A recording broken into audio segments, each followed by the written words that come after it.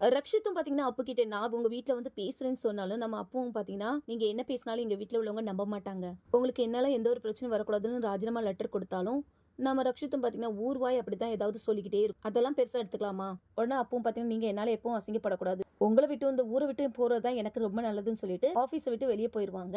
இங்க விவானும் மோகித்தும் பாத்தீங்கன்னா அவங்க அம்மா அப்போட வீட்டுக்கு போகாம இருக்க தடுக்கிறதுக்காக போன்லாம் பண்ணி பார்த்தாலும் சுதாவும் பாத்தீங்கன்னா எதுக்கு போன் எடுத்துக்கிட்டு பேசாம சைலண்ட்ல போடுங்க சொன்னதும் ரக்ஷித்தோட அப்பாவும் பாத்தீங்கன்னா சைலண்ட்ல போட்டுருவாங்க.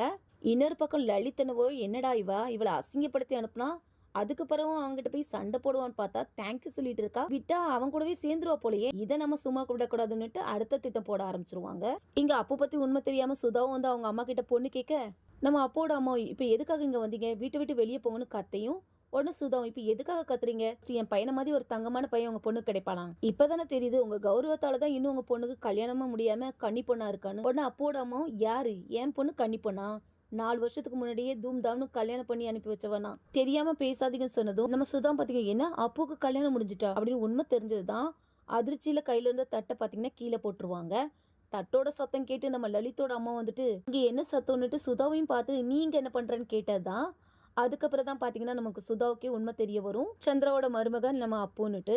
அப்போட அம்மாவும் பாத்தீங்கன்னா சும்மா இல்லாம யாராவது கல்யாணம் முடிஞ்ச பொண்ணு பின்னாடி இப்படியே சுத்திட்டே இருப்பானா, உங்க பையனுக்கு அசிங்கமா இல்லையா, பையன் மட்டும்தான் மானங்கட்டவன் பார்த்தா குடும்பமே மானங்கட்டு போய் தான் இருக்குது அப்படின்னுட்டு ரொம்ப தப்பா பேசியும் கொஞ்சம் நிறுத்துறீங்களா, என் பையனை பத்தி எனக்கு தெரியும், உங்க பொண்ணு தான் கல்யாணமான உண்மையை மறைச்சு பணக்கார பையனை வலையில போடுறதுக்காக இப்படி நாடகம் போட்டிருப்பாங்க. பேருமே பாத்தீங்கன்னா மாறி மாறி சண்டை போட்டுக்கிடுவாங்க. இதுல நல்ல என்டர்டைன்மெண்ட் பாத்தீங்கன்னா நம்ம லலிதோட அம்மாவுக்கு தான். சண்டை போடுறத பார்த்தா அவ்வளோ ரசிப்பாங்கங்க.